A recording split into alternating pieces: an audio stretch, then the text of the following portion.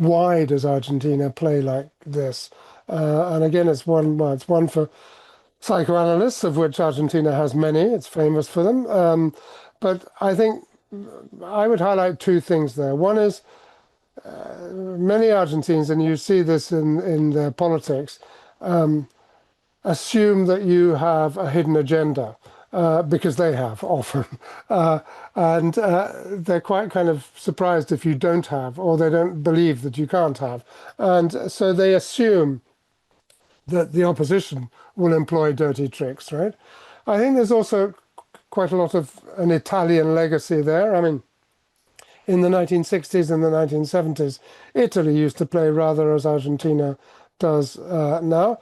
You raise an interesting point that that the stakes are almost too high. That the sense of needing to avoid failure at all costs. But what I've seen, there's been almost no self-criticism of the team's behaviour, both during the play and after the final whistle and the brawl you referred to.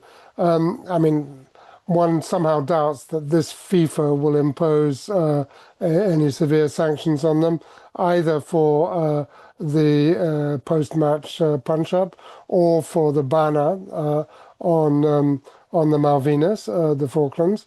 I mean, you know, there's a right to freedom of expression. I obviously respect the point of view of many Argentines on the islands, but on the other hand, I think FIFA is right that if you start allowing political expressions, then where do you stop? I think there's no doubt there has been a decline, and it's right that football is even more important, perhaps, in Latin America than it is in Europe, important though it is here.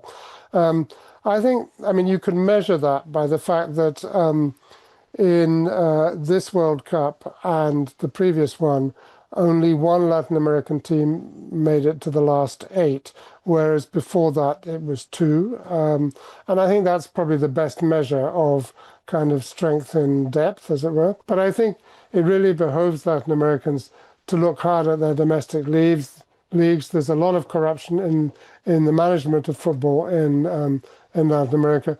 And really, I think the societies should push for better organized and cleaner national leagues, which might help to attract players who nowadays go to Europe to stay at home, particularly if they're paid reasonably well.